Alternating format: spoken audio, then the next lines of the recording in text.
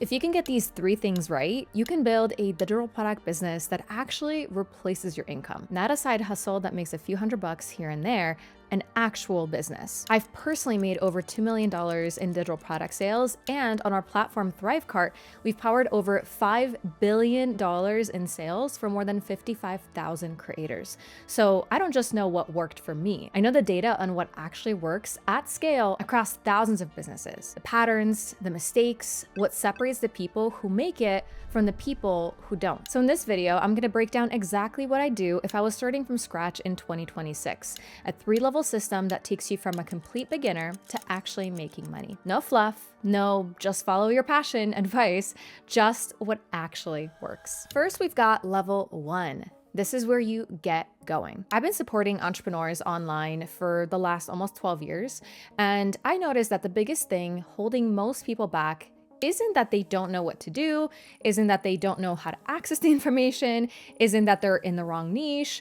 It's overthinking and overplanning. I find that there are certain people that I've seen join my community many years back and they're still stuck in planning mode. That is the biggest way to stay stuck potentially forever. It's an interesting idea because you feel like you're being productive, but the truth is you're moving further and further away from actually making money. The reason being is oftentimes people who are stuck in level 1 overthink things to the level of attempting perfectionism, because when they think that if I do this correctly, if I do this perfectly, I'm definitely going to be successful. I'm definitely going to become rich, but it's not how it works. So level 1 is all about taking action before you feel ready and just doing it. Think of this like dating. The first time that you meet somebody, you're just feeling each other out. You're not necessarily trying to find your soulmate here. You're just seeing if you're vibing with this person, with this idea. And a lot of times it takes 3 dates in order to figure that out. And I find that, I know when I was dating,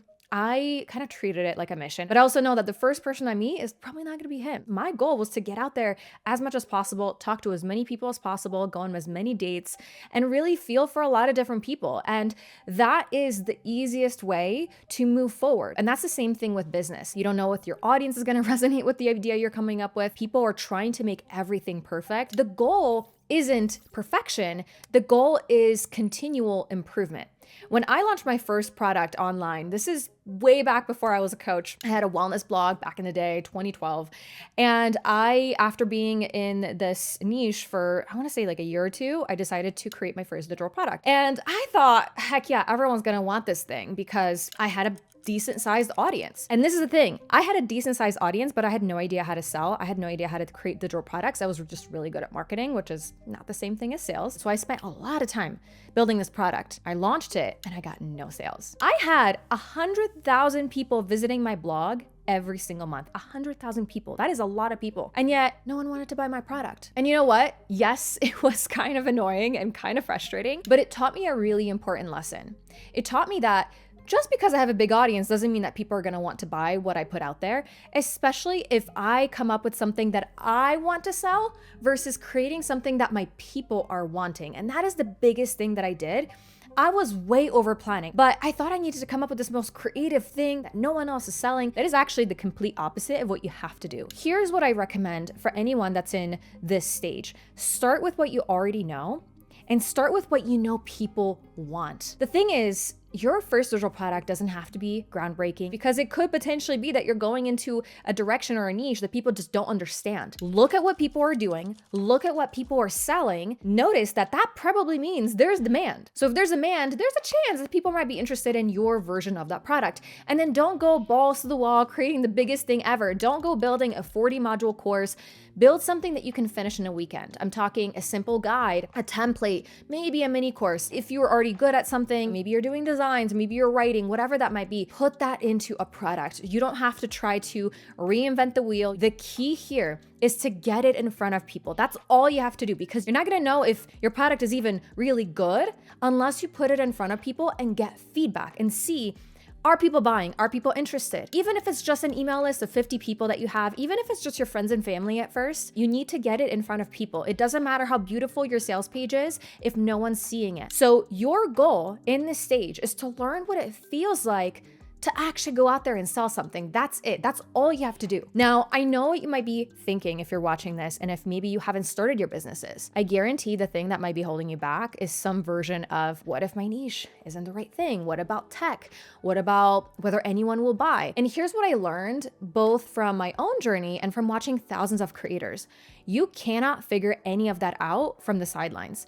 You have to get in the game first. You have to get in there and actually be willing to get visible. Your decision point number one is you need to figure something out for yourself, because going back to our analogy of dating, you've gone on a few dates and now you have a choice. You're gonna ask yourself, okay, am I going to treat this whole thing of dating casually, or are you going to get serious? Now, if you're wanting to be casual, totally fine. But casual doesn't build a business, just like casual dating doesn't build a deep, lasting, meaningful relationship unless you're going into it with that intention. So if you want to actually replace your income in your job, you're gonna have to commit. You're gonna have to actually make a decision for yourself that this is something you're willing to do, even if it gets uncomfortable. That takes us to level 2. Level 2 is called get good. Now that you've shipped something, you need to get better.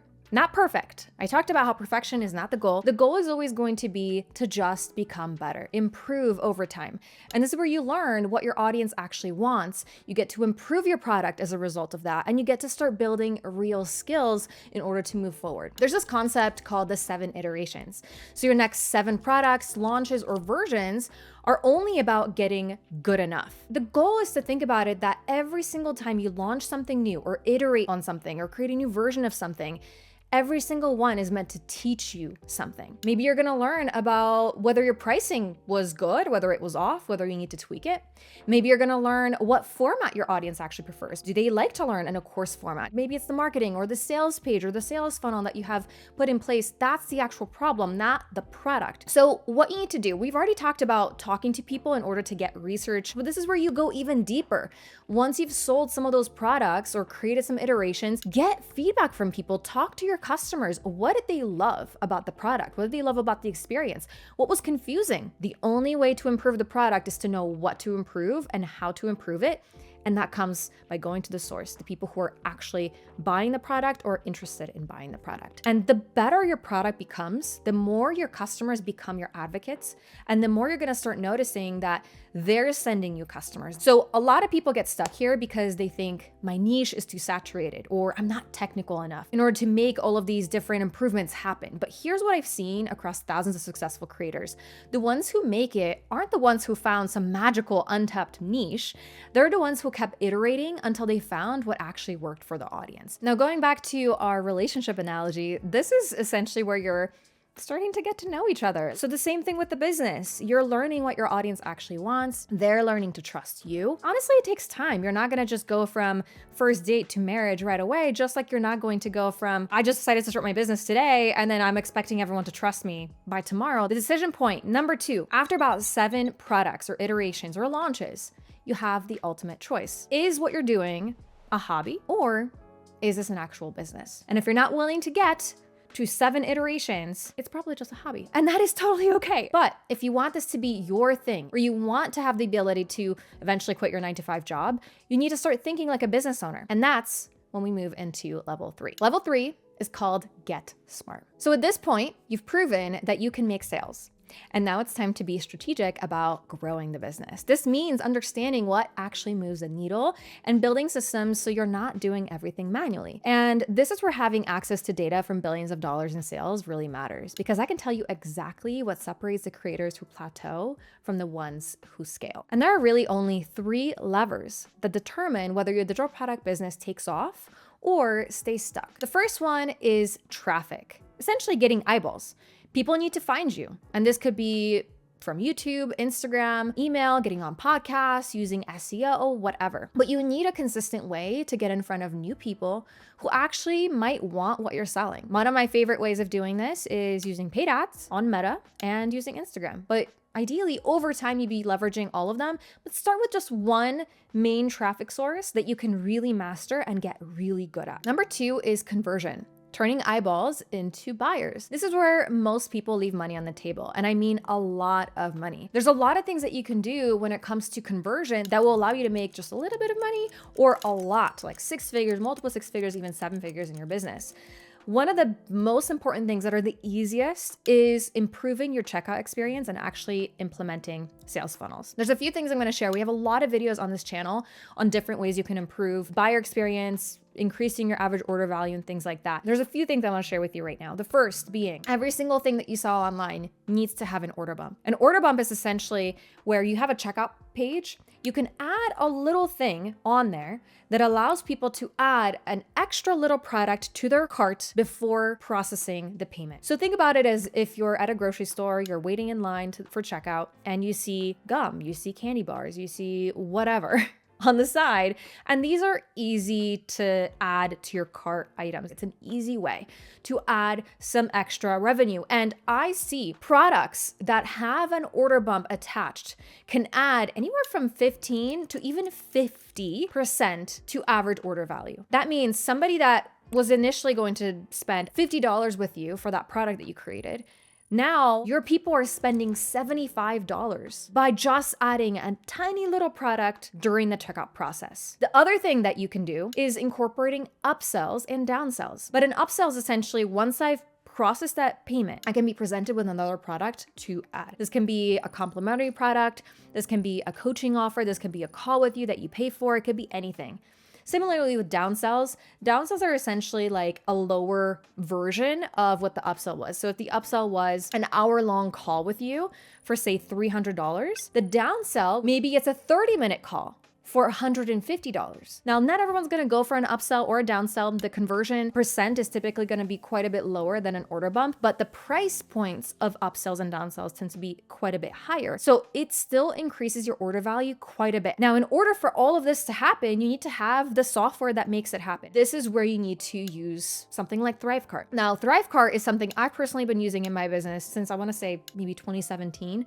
And it has been a game changer for me because it allows me to increase my average order value, which is massive. Like I said, I often sell $27 little things. People will sometimes spend $300 when they were initially going to spend $27 just because I have my funnels set up initially on ThriveCart with order bumps, upsells, downsells, things like that. So this is the easiest way for you to start increasing your revenue in your business without having to increase your traffic. So make sure you're leveraging this and using the right tool that gives you the ability to do that. Number 3 is lifetime value. This is about getting customers to buy again. The real money in digital products isn't from one-time sales. It is about building a path where someone buys your $27 ebook, then your $197 course, and then your $997 program and onwards. The creators who hit 7 figures all have this in common. They're not doing the one product to millions anymore. It is about having a lot of different types of offers that are all feeding each other. They're all working together as a living, breathing ecosystem.